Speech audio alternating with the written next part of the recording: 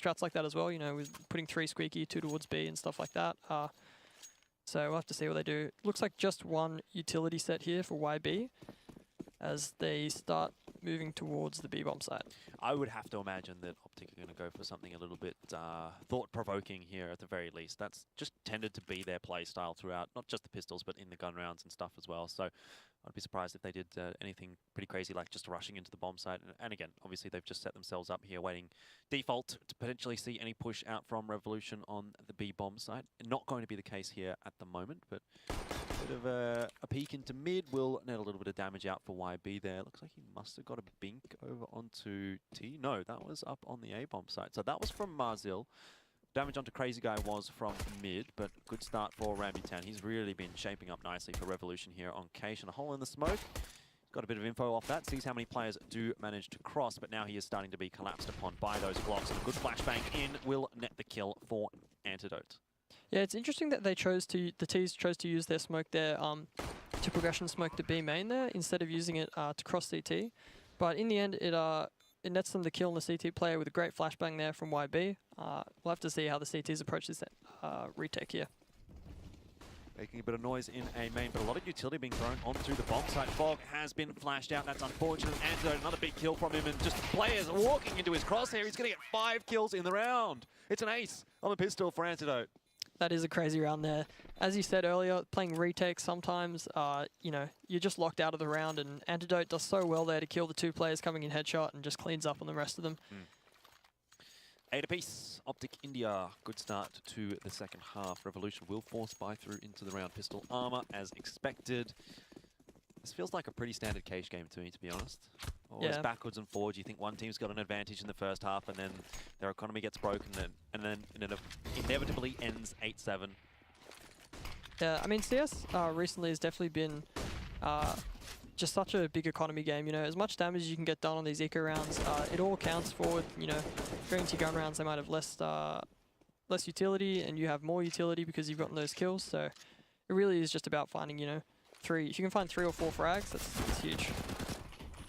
Well, that's a nice little push from T, but his position, of course, very, very well known by OpTic India at the moment. And seeing a few kills go the way of the CZ, some guns in the hands, but unfortunately for Revolution, it's just the UMP and the MP5. The AKs haven't been dropped over by OpTic India, and that would be the real opening into the round for Revolution. I don't think with these 2 weapons they're going to be able to make much of a comeback here against their opponents with the head armor, and of course, they will not. Definitely not, but it was good. They were using flashbangs very well there to just find a couple of kills. You know, the door player was super dangerous. Unfortunately, he, I think, did get dinked pretty early and then had to wrap around A main. So could have been a different round on a different day, but unfortunately they do lose that one. So it's going to be the full USP buy here. OpTic India looking pretty good on their T side so far.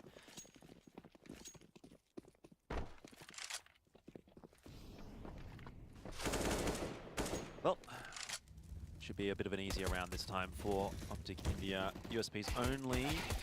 Haven does get caught off, though he does get a 1-for-1 at the very least. It's only the UMP loss, that's why he's the one over there on his own. It's not a big loss for OpTic India, so they'll be okay with how things have gone so far. They'll be wanting to upgrade that gun in the next round anyway.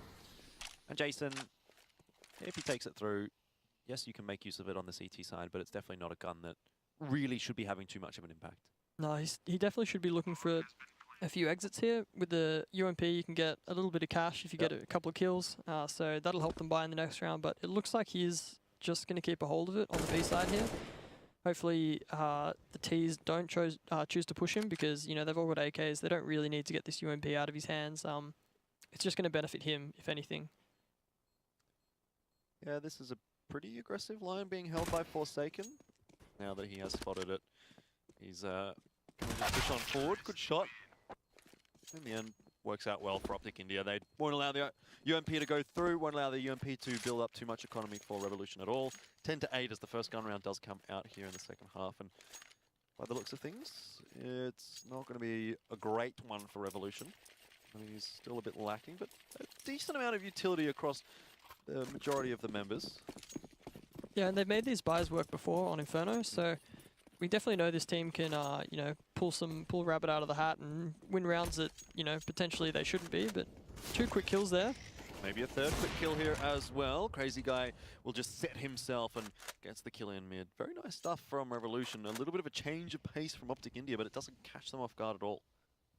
No, I think they were just running out of the mid-main smoke with a flashbang there, which Revolution have been pretty ready for these contact plays so far in this series. So it's an interesting choice for them to do that, but you know, a change of pace like that can often destroy other teams on first gun rounds, and it really just gets in their head. Round's not over just yet, though, for OpTic India. Back to a 2v3. With Crazy Guy being so low on HP, this is still winnable.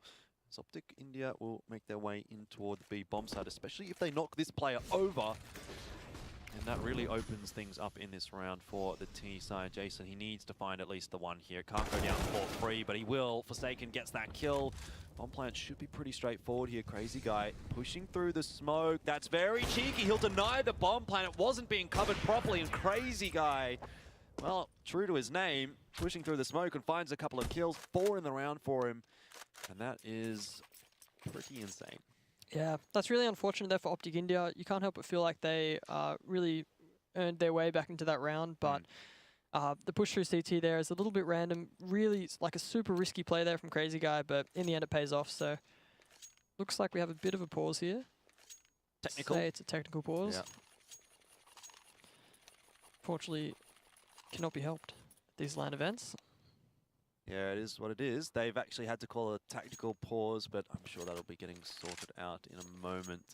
OpTic India, though, not sure exactly what the issue is for them, but yeah, that last round, I actually felt like they were going to win it once they got it into the 2v2. But I don't know, whoever it was that was covering and throwing the Molotov up into heaven just didn't spot Crazy Guy coming through the smoke from Tree Room.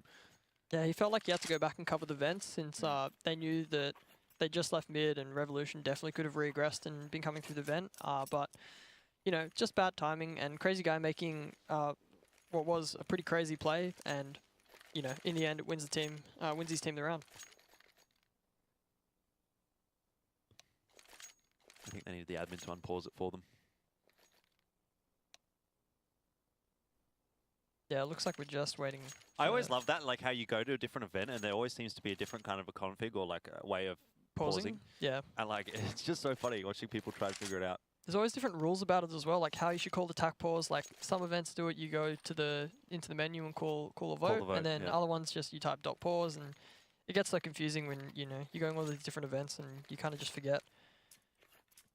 This one, I think the admin has just forced the pause and then has now disappeared. Forgotten. That's all right. More time for the Liam and Jordan podcast. Yeah, Liam and Jordan podcast, guys. Welcome. Welcome to the podcast. On today's podcast, we're talking all things Counter-Strike here in the ANZ region. That's just a bit of a teaser. Oh. Smooth summer of 2018.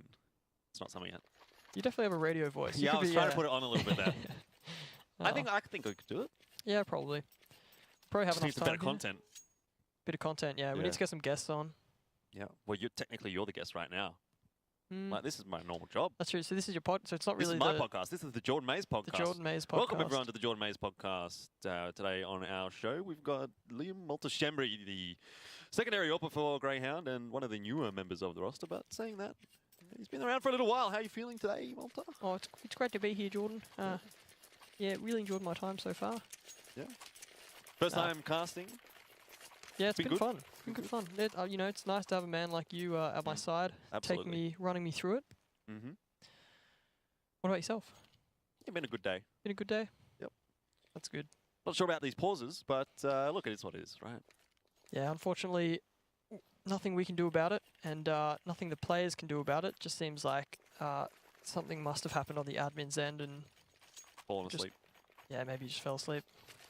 Been some long days at Extremes Land. Yesterday was a fairly long one, 9.5 hours or so, 10 hours. I guess for the admins and stuff, it would have been even longer. So definitely. Can't blame them. Can't blame the guy.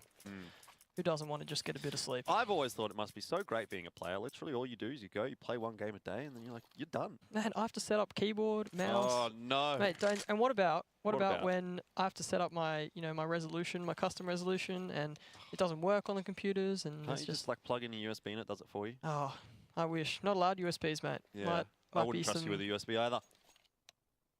That's quite rude. Yeah, no. Being a player is very easy, and I'm sure adminning behind the scenes is quite difficult. I'm so confused now because they've said they're ready, and then also they've said they're not ready. So yeah, this seems like a bit of a mess. I think they must have been having an issue with one of the computers or TeamSpeak or something like that that just fixed itself, and then now it hasn't fixed itself. Yeah, it's come back. Who knows? Unfortunately, that is the life of an esports player. Oh, that yeah. you are at the liberty of the computer, and sometimes it doesn't like to work. Indeed. What's the worst ever LAN computer you've had? Like, as in... Like, don't name names, right? But, like, give me the situation. Well, I've never had a bad experience with an ESL, computer. ESL, beautiful, great Pandering. company. But I'm not sure. I think we've played on laptops before, and like obviously when they overheat, you're getting bad frames and not the best. No. But I'm not going to name and shame. We have had a few where you're getting 120 frames and you're playing on a 144 Hz monitor and feels a bit choppy. Feels a little bit choppy. I'm sure as everyone at home who has a 144 Hz monitor knows, when you do get low FPS, it does make you want to cry. I've still got a 120 Hz monitor. I never understood one. Like, that seems like a really... Like, I know they've gone 60, double at 120, but it does seem... Why does 144 Hz make more sense than 120? I'm not sure. I think maybe just because it's more, like, widespread now. Like, that's just the norm. Well, the thing is, like, 120 Hz was the thing, right? And then they brought out the 144. Oh, back when... 120 Hz was, like, a thing for, like, 2 years. Yeah, I was probably too young for that. Yeah. I had a 60 Hz monitor for so long because I didn't believe that 144 was any better. Right. And then now I am the biggest advocate. No, like it was obviously everyone was playing on 60 Hz for like forever. Yeah. Most games didn't even run at 60 FPS. But then like 120 came out and everyone was like, okay, you need a 120 Hz monitor. And then 144 came out and there was the whole thing of like, you don't really need to upgrade from 120 to 144. But then like now 240 Hz is coming out as well. So and like you need the 240. You need the 240. I haven't got one yet, but I'm hoping to get one sooner or later. Yeah, well, they are great. They're expensive though. Very expensive for what they are, but also they're amazing. So I think they really help. Like, I think as a player, one of my players recently, Dexter, got a new one, and he has been playing. Like he was using his 240 Hz monitor, and unfortunately he had set it to just 144 Hz. Yeah. And played on that for a week. Yeah, I mean, idiot. But when he swapped it to 240 Hz, he started playing quite well. And he was every kill he got, he was like, ooh, 240 Hz. It's like sandbagging, right? Where you have to like run with like extra weights, or you run on sand or something, and then you actually play. There is a bit of a problem with Forsaken's computer, I'm told, so it should be about 5 or 10 minutes, which is okay with me, to be honest. We're having a good chat, having a good time. The podcast is going well. I'm pretty proud of this first episode. Hoping we can, take it from just the Jordan Mays podcast, and maybe I can get my name in subtext somewhere. Mays Shembry, yeah. Maybe I mean, that kind of sounds like we're married. I actually had a professor at university with the last name Shembry. What's your dad's name? I don't know if I can reveal that. Does it start? What letters does it start with? G. Okay, it definitely wasn't him. Or J, because if you haven't seen it written, then it might start with a J. No, it doesn't start with J. Okay. It definitely doesn't start with. His name started with a P.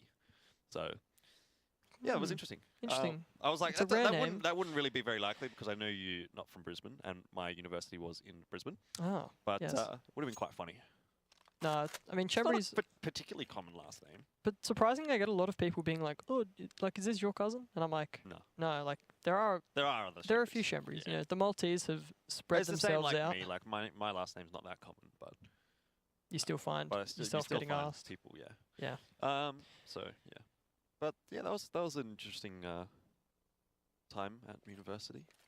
Yeah, I should probably finish my degree at some point. Yeah, that would definitely be a good idea. It's a good thing to get done, but Counter-Strike does come first, and the grind never stops. Yeah. So you really, I just haven't had the time. I think I was lucky in the sense that I got into esports like kind of at the time when my university degree was starting to finish.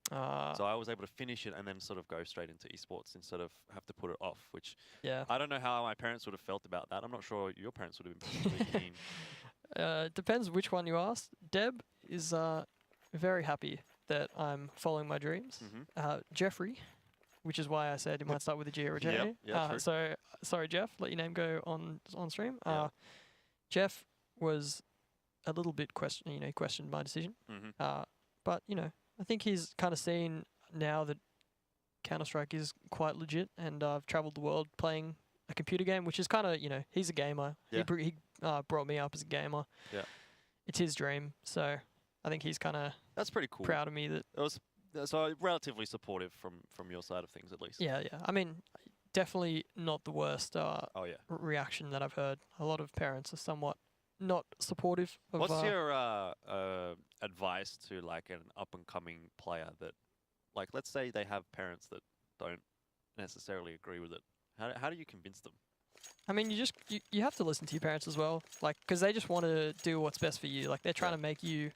It really depends. Like, for example, if I'd started this when I was in high school, I'm certain my parents would have been like, "All right, we need to stop this. You need to finish your high school." But since like I was at high school and I was then at like finished high school and doing well at uni, they were kind of okay with it. And then once they saw that I could kind of explore the world a little bit and not have to pay for it and play computer games, they were like, "Hey, that's pretty cool." That's pretty cool. Do they kind of like follow along? Like, do they like follow you on social media, have a look around and see what's going on, or are they pretty hands off? Pretty like dad will often send me a little message in our little we got a family WhatsApp group, and cool. Jeff will send a message through and be like, "Oh, nice round, like nice game there." He gets all the terminology wrong because I haven't taught him, so he'll be like, he thinks that the rounds in Counter-Strike are called games, so like he'll be like, "Man, game 12, like." That's a lot of games. You idiot, Jeff. But yeah, he'll be like, "Yeah, you made him. You shouldn't have picked there," and I'll be like, You don't even know. You don't even play this game. Oh, Dad, you meant to tell me that I did well. Yeah. But I think he watches it on the train home from work. He kind of just, if there's a game on, he'll chuck it on. Yeah, which is, it's nice to have that kind of support. But, he also does play soccer, and I used to go and watch all his soccer games when I was a kid, so he actually owes me. Right? He does, yeah, I agree. Watching those games. Well, I was a little bit different because I never watched any of my dad's games. Like, he stopped playing. Like, I was playing cricket when I was a kid. My dad used to play cricket when he was a kid, but obviously I could never watch that. So I feel like I probably owe him, but there's nothing really that he does that you would watch. Get him into sport, mate. Jeff's almost a 60. He's almost a senior, and he's playing soccer. So yeah, my dad's a little bit over 60. Yeah, he could play some cricket. I'm sure he could. I'm sure he'd do pretty well. Maybe you could do a nice little duo league with him. Go and join a team together. Well, it's a little bit hard because he lives in Brisbane. I live in Sydney. Yep. But that actually is pretty hard. My parents pretty supportive. They like to watch me doing some of the casting. Been trying to get them down to the IM Sydney a couple of years in a row. Didn't quite make it last time, which was disappointing because casting in the arena would have been great for them to have a look at it. But no family, so twice, 2 years in a row. Going to have to do it next year, I'm sure, if there is IM Sydney. Yeah. Don't want to let anything slip. Wouldn't want to let anything slip. Hopefully, I mean, with the way that it's gone the past 2 years, I can't imagine them not wanting to do it again. The crowd reaction, obviously all the support from everyone in Australia, I guess. Yeah. Everyone coming out for it. Like, I don't know, man. Like, you make Katowice a major. Why not make IM Sydney a major? Honestly. You know what I'm saying? Honestly, yeah. Sydney's a pretty good place. Yeah. I agree. IM Sydney we've had one of the best crowds, arguably, I would say.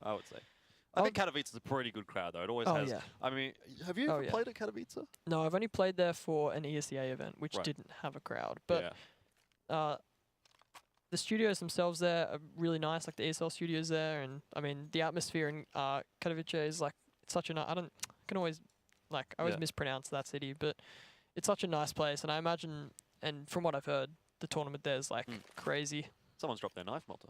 That's unfortunate. I didn't know you could do that. Yeah, I was looking at that thinking, how's that happened? He must have disconnected holding the knife, or? Well, I think it's a server command you can put in CL_drop knife or something like that, which came out, it's been in the game for a little bit. But usually you have it turned to 0 because it's just annoying if you're like dropping guns and then so then you just run around with nothing? Yeah. You just have hands out, or? No, I think you just it's like Quake, but you can't shoot. Yeah. Funny. Interesting. Yeah, but okay, yeah. So Katowice, like I was there for this year's Katowice, not casting Counter-Strike. I was casting something else.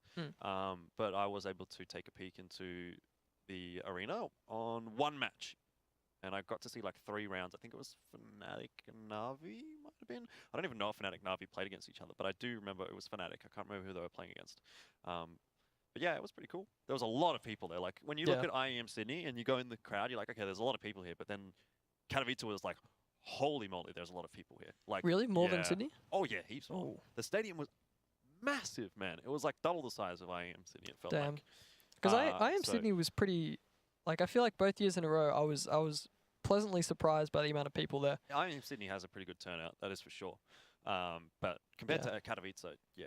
I think the difference is though, for Katowice you can get into for free. So there is that. Oh, you can? Yeah. Oh, that is... Well, I mean, that's cheating. Yeah. If we made a free event, come on.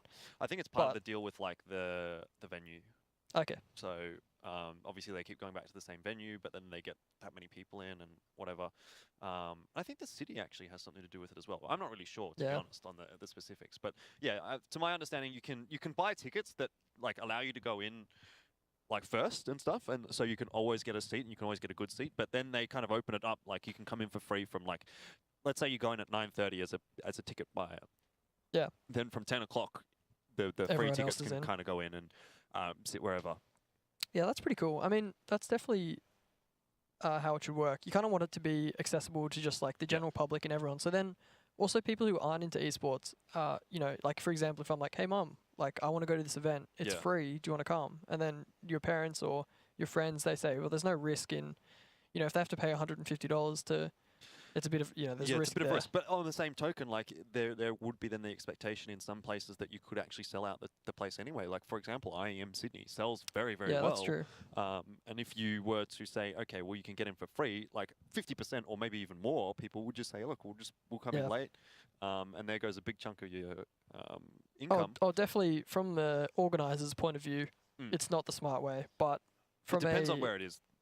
Yeah, for sure. I mean, Australia, I think the Australian public has a lot, like, on average, has quite a large disposable income to spend on compared to a lot of other places. For sure.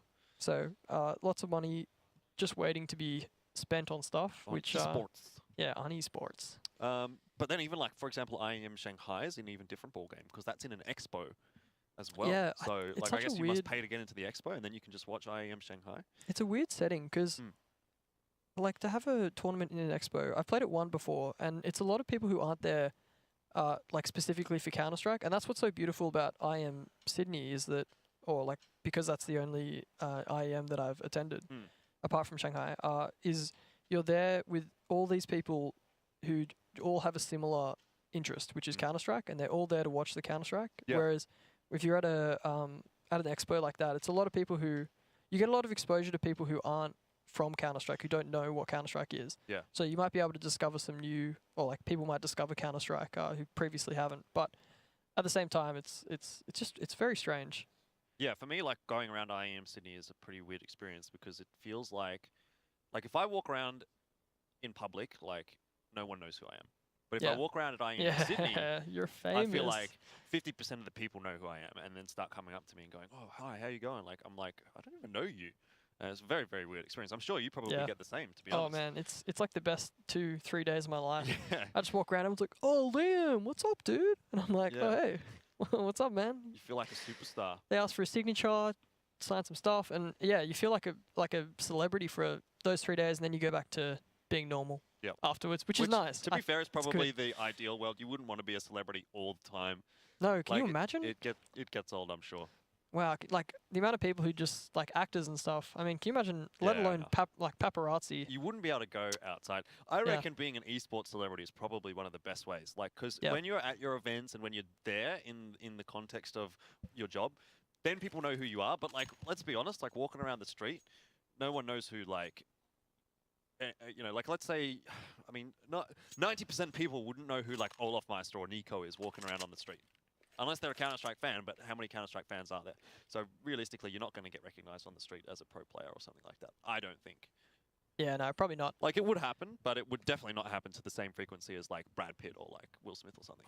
No, I think it would happen just enough for it to be kind of cool? Yeah, for it to be cool, and then but not enough for you to just get frustrated and be like, all right, like, you know, as much as you, like, want to interact with your fans as much as possible, if you're out buying a coffee... And I could see why it would get annoying, for sure. I mean, this is we're talking Hollywood actor level here. Like, you know, Leonardo DiCaprio goes to buy a bagel and just 30 people, like all these paparazzi trying to take photos of him. They're all trying to just make money off, you know, you embarrassing yourself somehow in a photo. Yeah, definitely wouldn't be too fun. All right, guys, look, we've been having some fun here, just having a chat, doing the Liam and Jordan podcast, but unfortunately it does look like these issues are going to take a little bit longer to fix than anticipated. So we're going to throw to a break. Don't go anywhere. The game will be back as soon as possible.